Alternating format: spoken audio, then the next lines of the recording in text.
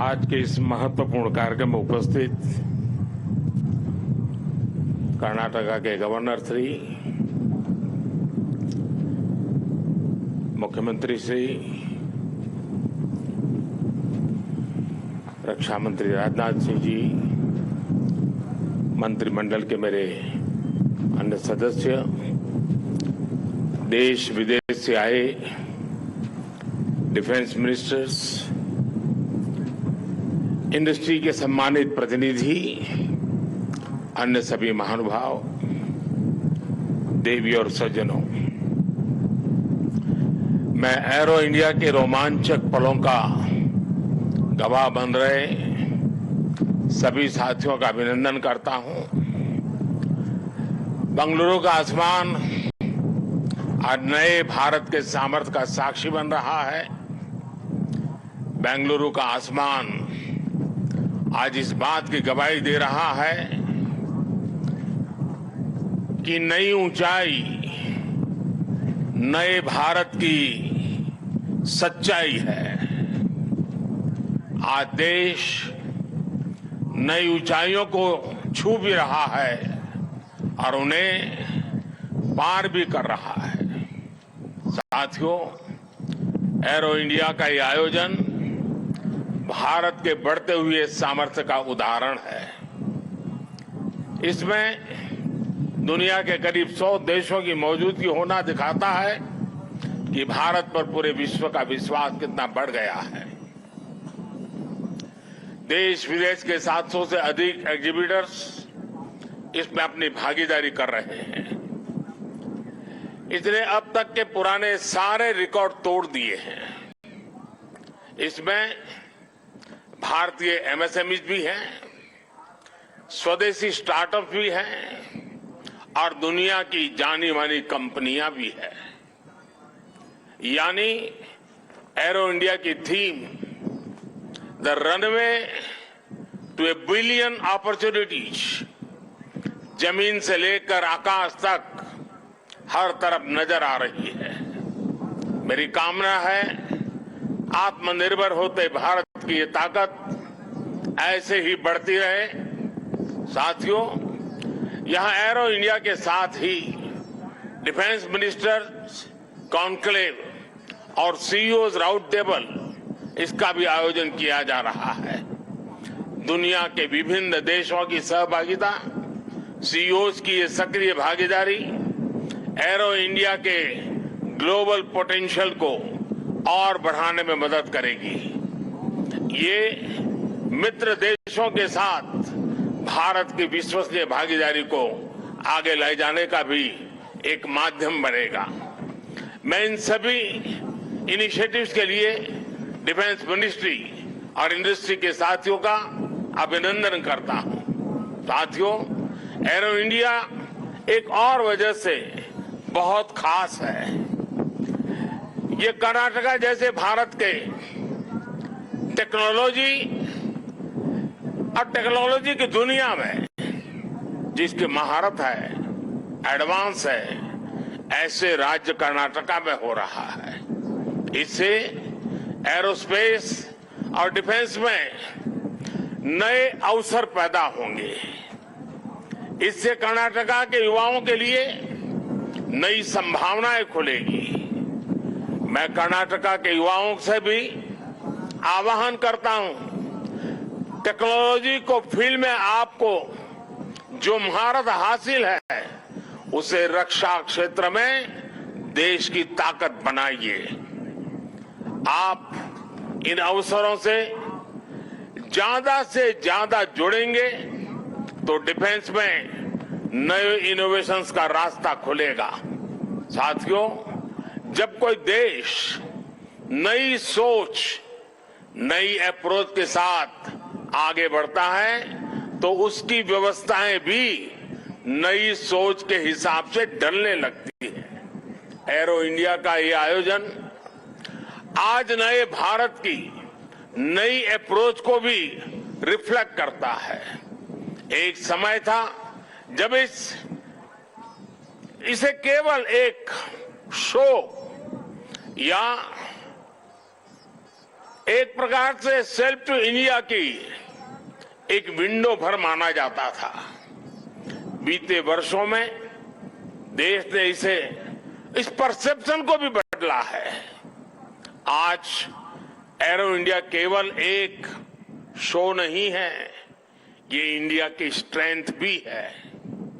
आज ये Indian defence industry के स्कोप को भी फोकस करता और सेल्फ कॉन्फिडेंस को भी फोकस करता है।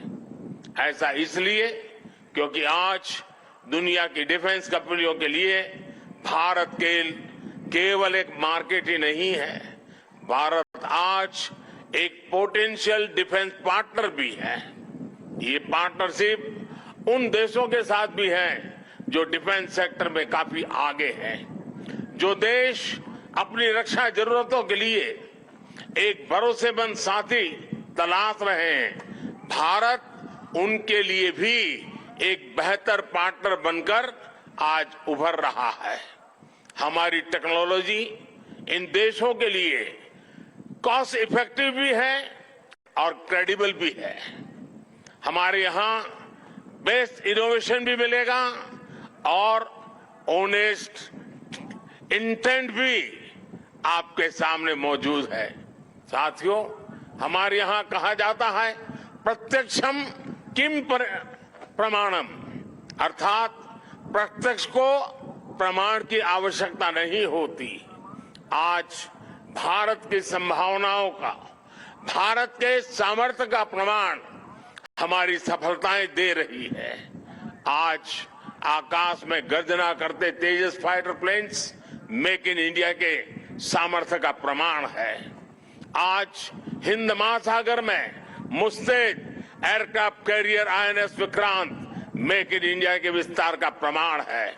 गुजरात के बड़ौदा में C-295 की मैन्युफैक्चरिंग फैसिलिटी हो या तुमकुर में HAL की हेलीकॉप्टर यूनिट हो, ये आत्मनिर्भर भारत का वो बढ़ता सामर्थ्य है जिसने भारत के साथ साथ विश्व के लिए नए विकल्प और बेहतर अवसर जुड़े हैं।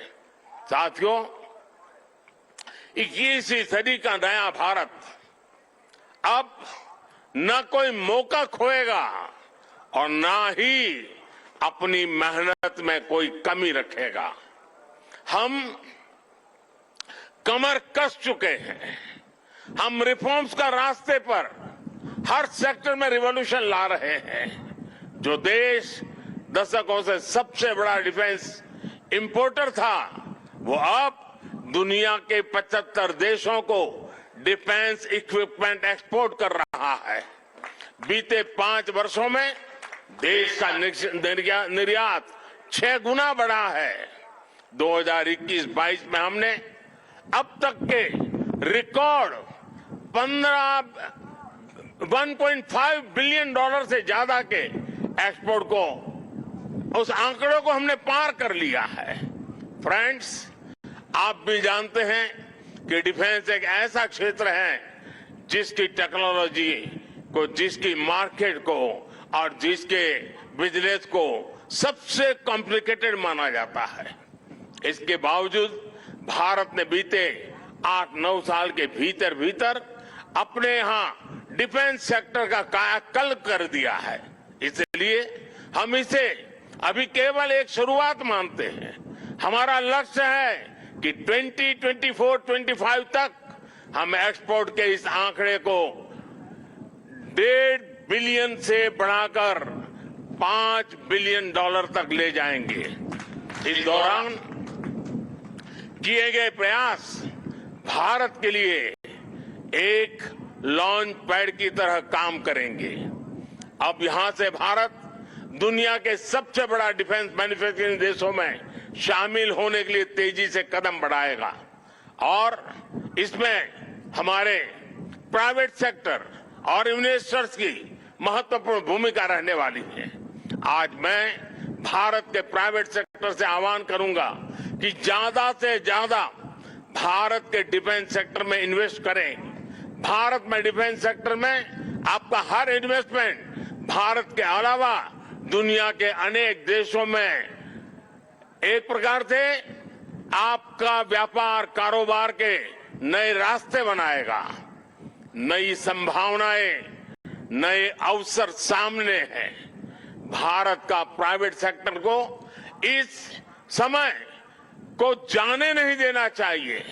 साथियों, अमृत काल का भारत एक फाइटर पायलट की तरह आगे बढ़ रहा है।